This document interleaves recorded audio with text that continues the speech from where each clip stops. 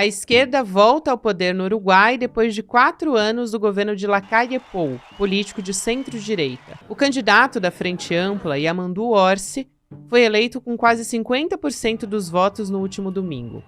A sua vitória nas urnas retoma a continuidade de governos progressistas no segundo menor país da América do Sul, que comandou o Uruguai por 15 anos consecutivos. Orsi é professor de História e já governou o estado de Canelones. O novo presidente vai ter maioria no Senado, por ter conquistado 16 das 30 cadeiras em disputa.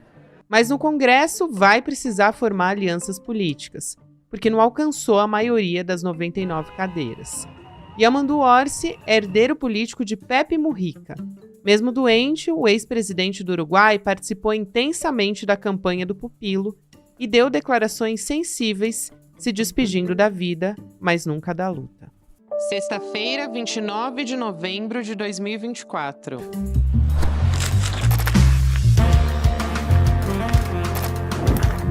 a Gabriela Varela, esse é o podcast do Detalhes, e aqui mais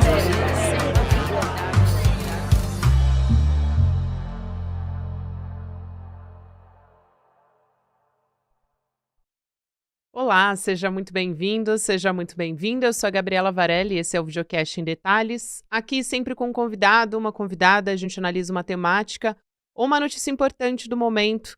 Hoje eu converso com um conhecido de vocês e alguém que eu lido todos os dias. Estou todos os dias na bancada junto com ele, Rodrigo Viana, jornalista, meu parceiro diário aqui no ICL Notícias, segunda edição também. Bem-vindo. Prazer te receber aqui. Um prazer, Gabi. Obrigado pela paciência, né? Todo dia a gente está lá no ICL Notícias, segunda edição, e agora estamos aqui para conversar sobre um assunto importante da América Latina, né?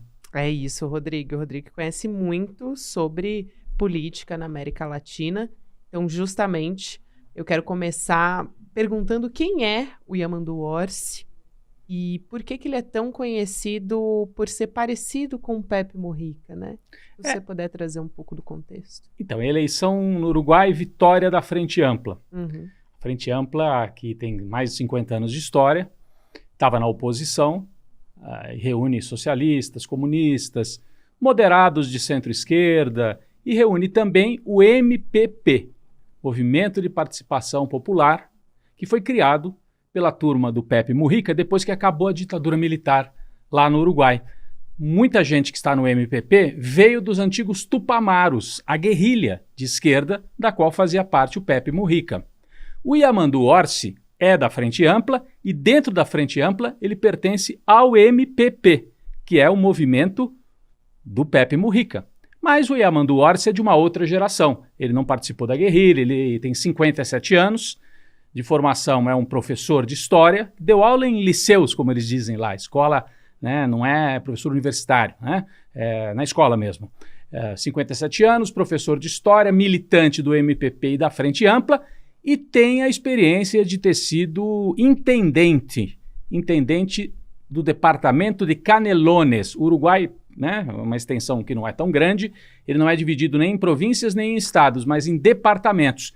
E o Yamandu Orsi foi intendente, ou governador, se a gente quiser dizer, né, desse departamento de Canelones, que fica ali bem pertinho de Montevidéu. Você tem a região de Montevidéu e Canelones, é um nome engraçado, né, o nome de macarrão, mas é o nome desta região que envolve assim a capital Montevidéu e é a segunda área mais populosa do Uruguai, depois da própria capital Montevidéu, e ele tem essa experiência administrativa, mas principalmente é uma pessoa ligada a esta tradição do MPP e do Pepe Mujica, ele que vai presidir o Uruguai a partir de 2025. Lá os mandatos são de 5 anos, sem reeleição.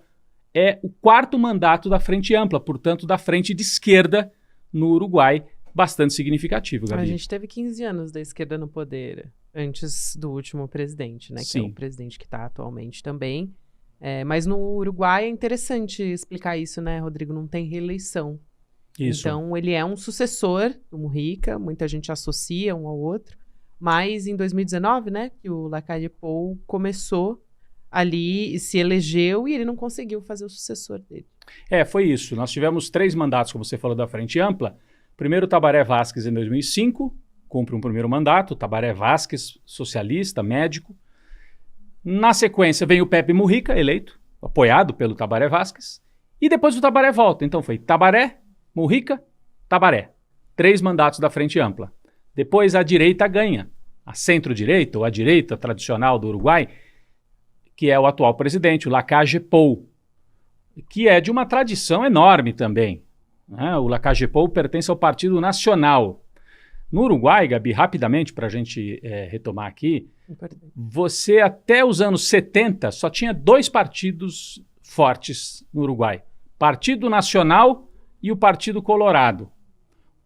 E os dois vêm do século XIX, hein? Então eram partidos que vinham lá das guerras de independência do Uruguai, características um pouco diferentes, os colorados mais fortes na cidade, e o Partido Nacional, ou os blancos, como eles também são chamados, tem uma tradição mais associada ao campo, à cultura gaúcha, sabe essa coisa tradicional do interior, um certo conservadorismo, aquela coisa da hispanidade, das tradições e tal, enquanto os colorados eram mais associados a uma coisa assim do liberalismo, da cidade, de Montevidéu. E esses 2 partidos foram disputando o poder ao longo do século XIX e século XX.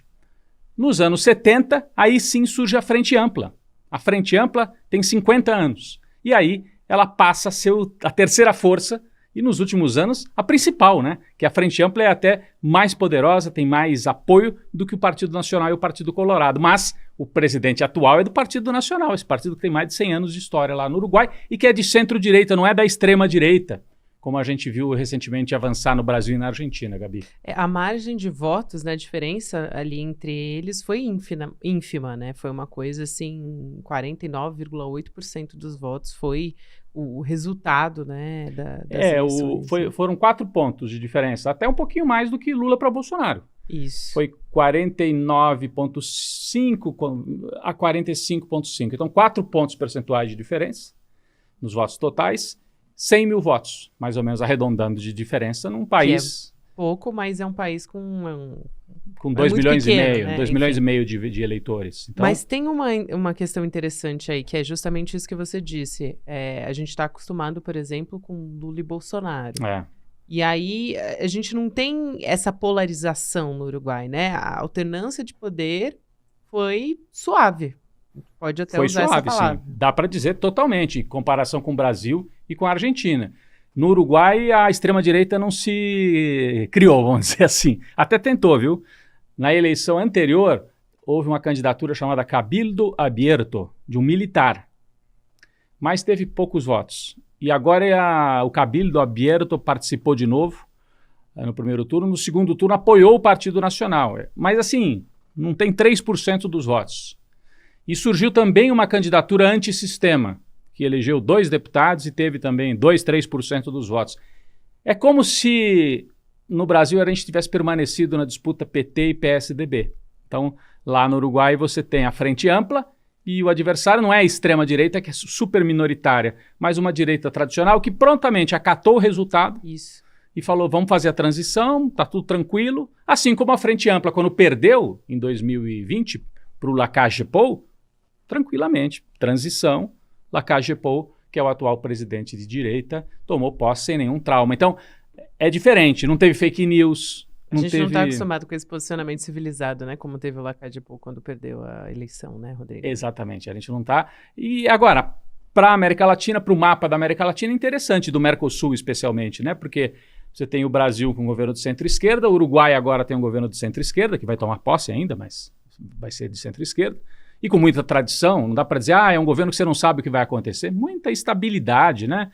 Vai ter muito apoio parlamentar, vai precisar negociar um pouco na Câmara dos Deputados, porque na Câmara de Deputados a Frente Ampla não tem maioria sozinha, vai ter que negociar. No Senado, sim, mas na Câmara não. Mas aí você tem Brasil, Uruguai, Colômbia com o Petro, Chile com o Boric. Bom, a Venezuela numa outra linha, mas também um governo mais à esquerda. Direita mesmo na América Latina, você tem a Argentina, Equador e o Peru, né, que passou por um golpe de Estado e tem um governo fraquíssimo de direita atualmente. A Bolívia também está no time dos governos mais à esquerda. Então está bem dividido o mapa agora, pendendo mais para a esquerda depois dessa vitória da Frente Ampla no Uruguai. E como é que isso se dá, né, Rodrigo? Eu acho que você trouxe uma perspectiva histórica que é muito importante para a gente compreender. Mas como que o Uruguai não caiu nas fake news, que é um fenômeno que toma conta do mundo inteiro? E como que eles conseguiram escapar de problemas também que são típicos da América Latina, né? Gabi, o Uruguai, até os anos 70, 60, 70, tinha um orgulho danado, eles se apresentavam assim até, né, uma parte, era um discurso um pouco de uma certa mitologia política, mas a Suíça da América do Sul, porque tinha estabilidade, tinha partidos tradicionais, tinha alternância de poder, ainda que fosse só entre Partido Nacional e Partido Colorado, e foi assim. Só que teve uma ditadura violenta também. Quando chegam os anos 70, ditadura militar, assim como no Brasil, no Paraguai, no Chile, na Argentina, no Uruguai teve ditadura. Depois eles retomam essa tradição de civilidade, e eles gostam de cultivar esta tradição de uma certa moderação também, até no discurso, viu, Gabi? Eu conversava com um colega nosso que fez campanha como marqueteiro lá no Uruguai. Na campanha anterior, ele me disse, nós brasileiros chegamos lá querendo, né, botar para quebrar, fez campanha para a esquerda. E o pessoal da Frente Ampla diz, calma, aqui não pode ser um discurso tão radicalizado, porque aqui nós temos uma tradição que é de outra maneira. Então, a Frente Ampla, muita gente no Brasil olha o Pepe Mujica e acha assim, nossa, é um guerrilheiro, é um revolucionário, mas é muita moderação. É moderação, respeito à institucionalidade, o nome já diz Frente Ampla, lá tem de comunista, socialista. Aliás, os socialistas no Uruguai são bem moderados, é um socialismo democrático, social-democrata, assim, né? E tem gente, assim, super moderada, uma centro-esquerda. Tem desde a esquerda, que já foi guerrilheira, como o Mujica, até uma centro-esquerda, quase centro. Tudo isso cabe dentro da Frente Ampla. E eles retomaram essa tradição de respeito às instituições. Gabi, a Frente Ampla, se a gente puder falar um pouquinho depois, a gente conta. É interessante também como é que ela foi formada. Por favor, era isso que eu ia te perguntar também. E aproveitando que a gente está falando da Frente Ampla, eu queria que você contasse um pouco da campanha, porque o Mujica ele fez alguns vídeos interessantes com a Frente Ampla.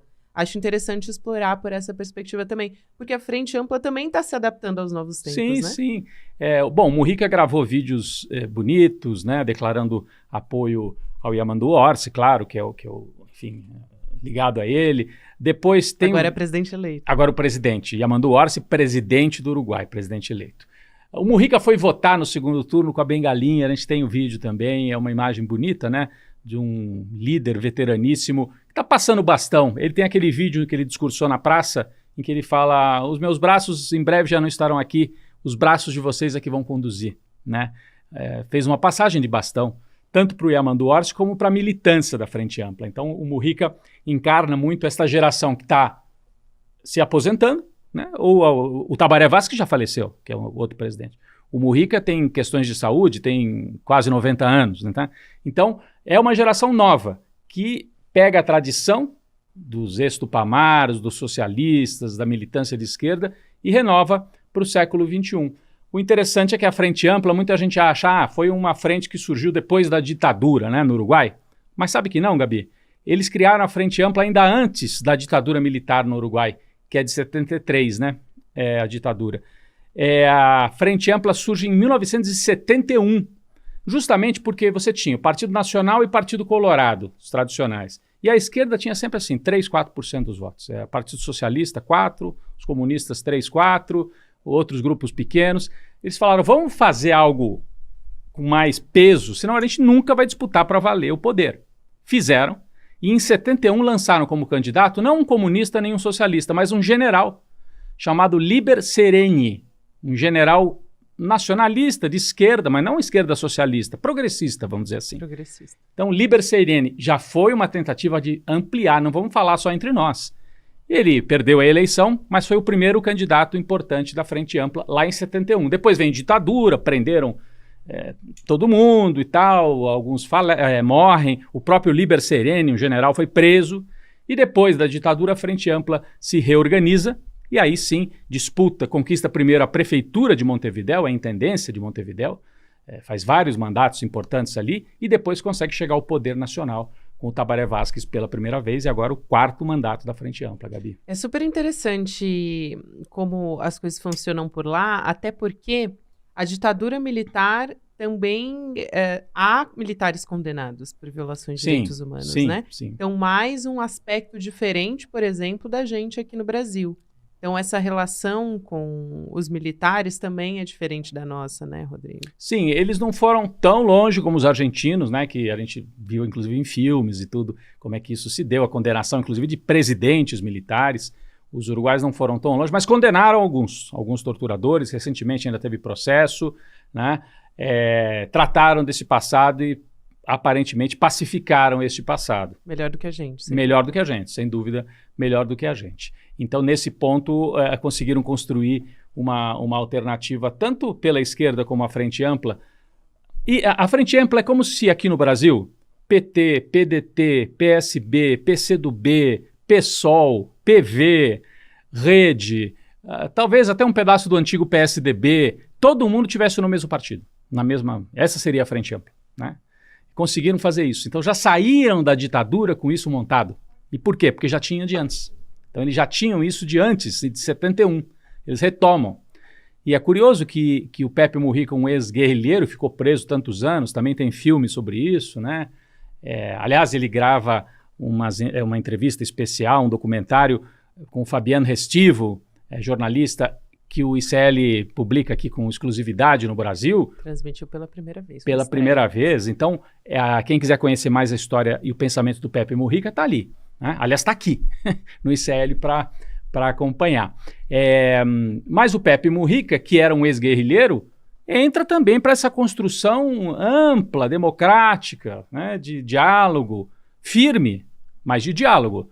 Eles são anti-imperialistas, são a favor da defesa do Estado, o papel do Estado, antirracistas, e estava vendo lá no programa da Frente Ampla, antipatriarcais, incorporaram isso, que é uma novidade dos últimos 15, 20 anos.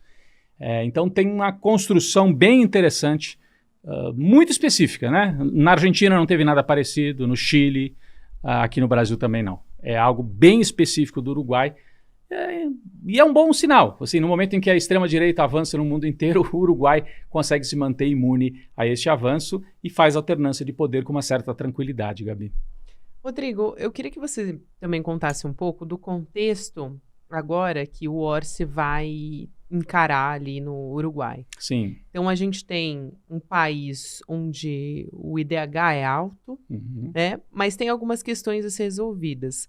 O Orsi, durante a campanha eleitoral, ele deixou muito claro que uma das prioridades, eu queria te ouvir um pouco sobre isso, mas uma das prioridades era enfrentar a pobreza infantil, que para além da pobreza, e para a gente isso é muito diferente, porque a gente tem muito mais gente na pobreza Sim. aqui no Brasil, né? Mas a gente está falando ali de um país de 3 milhões de habitantes, mais ou menos. 3 milhões e meio eles têm 3 hoje. milhões e meio dá, enfim... A gente tem 3 vezes mais só em São Paulo, né? Sim. Mais de 3 vezes mais. Isso aí é mais ou menos a zona leste de São Paulo, a população inteira do Uruguai. Exato. Zona leste da capital paulista. Da capital paulista, exato. Agora, é um país estrategicamente importante, porque ele fica na entrada da Bacia do Prata. Então você tem o Rio da Prata, de um lado a Argentina, do outro lado o Uruguai. É um país que faz parte do Mercosul e por isso também tem uma importância para o Brasil, porque ele faz ali um equilíbrio entre Brasil e Argentina, ao lado do Paraguai, né, ao lado da Bolívia, que agora também se incorporou. É um país majoritariamente agrário, né, a riqueza vem da produção agrícola e do turismo. Um país com forte apelo turístico. Punta del Este é uma área, uma cidade, mas é uma área de praias bonitas e frequentadas por argentinos ricos, brasileiros ricos e europeus, que têm casa lá. É um país onde o custo de vida é alto, viu, Gabi? Os brasileiros vão para lá, legal, vão passear no Uruguai, se espantam, porque em algumas áreas é tudo dolarizado por causa da presença dos estrangeiros. É um país que tem uma questão de um certo vazio populacional. 3 milhões e meio de habitantes, mais ou menos o tamanho do Rio Grande do Sul, e metade na capital, Montevidéu. A população no interior é muito rala, tem pouca população, porque grandes propriedades de terra.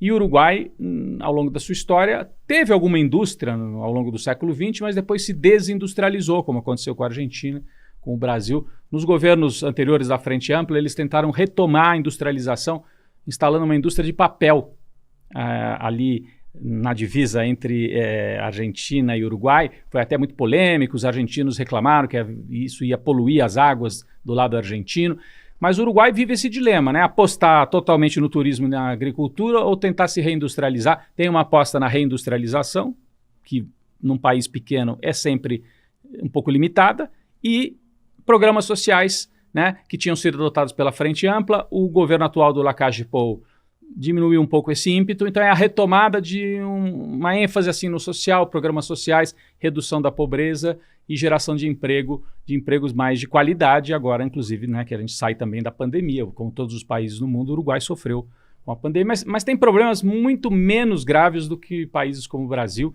ou a Argentina, né, até pelo tamanho e pela população. Pela população, é muito complexo, né, Rodrigo? E uma população que o analfabetismo no Uruguai e na Argentina foi eliminado lá no começo do século XX, né? Governos que apostaram muito na educação pública. Então, eram governos liberais, tanto na Argentina quanto no Uruguai. Era um liberalismo, mas um liberalismo que apostou na escola pública. Então, essa cultura dos liceus, da formação, que todo mundo tem direito a ir para a escola. Você vê as crianças andando, indo para a escola no Uruguai, e se mantém até hoje, né? Então eles têm alguns heróis nacionais. O Artigas é um deles, é o máximo, que foi o da independência. Mas o Varela, que é o homem da educação pública no Uruguai. Você entra nas repartições públicas, tem a foto do Artigas e a foto do Varela, que foi o grande defensor da educação pública lá na primeira metade do século XX. É interessante isso. Super, super interessante. Eu também acho que é interessante enxergar um pouco o papel do Uruguai agora nas relações internacionais, vamos dizer assim. O Lula já ligou para o presidente eleito e disse que quer encontrar com ele na cúpula do Mercosul. Claro. Então, qual que é o significado disso internacionalmente? Mas mais que isso, dá um fôlego para o Mercosul também? Acho que dá sim, Gabi, porque você tem o Milei bombardeando tudo que significa integração latino-americana e tudo que significa algum contrapeso aos Estados Unidos. Então, o Milei diz que tudo isso é bobagem, né? Prioridade é a relação com os Estados Unidos, e agora ele vai ter o Trump lá para se alinhar. O Mercosul, você tem os 4 sócios originais, Brasil, Uruguai, Argentina e Paraguai, e depois a Bolívia, que entrou definitivamente. Desses 5, agora você tem 3 governados por uma linha muito próxima da linha do Lula, porque não é uma esquerda assim revolucionária, é uma esquerda moderada, mas com tradição. Então é o Lula, o Lúcio, na Bolívia, tem lá dificuldades porque está em disputa com o próprio Evo Morales. A Bolívia, a esquerda, está dividida, mas é um governo de centro-esquerda, né, o atual presidente. E se o Lúcio sai, provavelmente quem volta é a turma do Evo Morales, que também se alinha com o Lula. Então, Brasil, Bolívia, Uruguai com a centro-esquerda. O Paraguai é um governo de direita, mas o Paraguai tem uma direita muito mais pragmática, que vai para os acordos e tem a parceria com Itaipu e os acordos, e depende muito do capital e de investimento brasileiro, de inclusive proprietários de terra brasileiros. Então você fica com 3 sócios bem alinhados, com o Paraguai, que também não cria grandes dificuldades, e a Argentina, que vai ficar minoritária dentro do Mercosul. Então eu acho que ajuda sim a fortalecer o Mercosul, lembrando que lá em Montevidéu ficam algumas das instituições do Mercosul, né? Inclusive o Parlamento do Mercosul e outras comissões formadas para institucionalizar e organizar o Mercosul ficam em Montevidéu, é a sede. Então, ajuda, né? Você ter um governo mais alinhado, apesar do Lacage Pou nunca ter sido também um radical de tirar o Uruguai do Mercosul, mas fica um pouco mais fácil para negociar, tendo o Yamandu Orsi lá na presidência do Uruguai, Gabi. Eu acho interessante também que o governo Lula ficou muito animado com a eleição do Orsi, né? Sim. Fica animado também porque você tem uma onda de direita no mundo, mas mostra que tem jogo, tem disputa. Tivemos há pouco tempo a eleição no México. Ganhou a esquerda, né? Foi eleita Cláudia Sheinbaum, que é do mesmo partido do presidente anterior, do López Obrador, que também é uma esquerda moderada. Moderada, mas firme nos seus posicionamentos. Então, no México, ganhou a centro-esquerda, com uma mulher, pela primeira vez, Cláudia Sheinbaum, ali nas barbas do império, vamos dizer, né? Aqui na América do Sul, Chile, Colômbia, Brasil, Uruguai, Bolívia. Então, não é que a direita esteja varrendo o mundo também, tem disputa, tem como fazer essa disputa. E a Frente Ampla é uma aposta em fazer essa disputa com os instrumentos tradicionais da esquerda. Mas não ficar parado no tempo, né? A Frente Ampla tem 50 anos, mas não está parada no tempo. Você dizia, Gabi, trazer a disputa na comunicação, é uma geração mais nova, o Pepe Mujica passando o bastão. Então, dá esperança, acho que também nesse sentido. Acho que o Lula deve olhar para lá e falar, olha, então tem caminho aqui para de repente eu construir um sucessor e quando eu não estiver mais comandando, poder passar o bastão, que muita gente fala no Brasil, né? Tem essa necessidade de construir o que seria o sucessor, uma sucessora do Lula para 2026, eu acho que menos, mas para 2030, aí com certeza, porque a gente não pode ter o Lula eternamente, e não pode pela lei também, em 2030 teremos que ter um outro candidato. Então, eu acho que a figura mesmo do Yamandu Orsi, que é relativamente jovem, né, comparando com o Pepe Mujica, tem 57 anos, é de uma geração assim do Haddad, até um pouquinho mais novo que o Haddad, né? É de uma geração de renovação mesmo. Então tem esse aspecto de ser de centro-esquerda e o aspecto da renovação política, além de uma aposta numa esquerda institucional que faz a disputa, mas vai para a democracia e para as grandes mesas de negociação, Gabi. Eu acho interessante, é um lugar de equilíbrio ali e de apoio também. Acho que o governo Lula, num momento em que a gente tem Javier Milei fazendo política no país vizinho, né? Na América Latina também, tendo esse peso. Agora, a gente viu no G20 como é que foi a relação com o Javier Milei, né? E com o presidente Tensionou, Lula, né? Bastante. Então, acho que também dá uma balanceada ali. O Uruguai sempre teve também um pouco esse papel de equilíbrio, né? Tem. E a vice, que foi prefeita de Montevidéu, também com muita experiência, né? É da nova geração também, mas já experiente. Tanto o Yamandu Orsi quanto a vice, a Cosse, que foi prefeita de Montevidéu e agora será a vice lá no Uruguai. Então nós teremos uma chapa mista, né? Vamos dizer, um homem e uma mulher da nova geração da Frente Ampla. Para a gente fechar, como é que fica a relação com o Legislativo também? Parece que há um diálogo ali, né? Mas vai ter enfrentamento, porque o Partido Nacional e o Partido Colorado, somados a pequenas legendas de direita, juntos, têm maioria por um voto na Câmara. Então são 99 deputados. A direita tem 50, somando o Partido Nacional, o Partido Colorado e os outros pequenos. E a Frente Ampla tem 48 ou 49, agora eu não me lembro de cabeça. Mas, de qualquer maneira, não tem maioria na Câmara. Vai ter que negociar. Vai negociar ou com os partidos grandes, o governo do Yamandu Orsi, ou negocia com os partidos grandes, ou negocia com essas pequenas legendas de direita, e tem uma, inclusive, que se diz antissistema, e que conseguiu eleger 2 deputados. Já no Senado, a Frente Ampla tem maioria, sozinha tem número para aprovar o que quiser no Senado.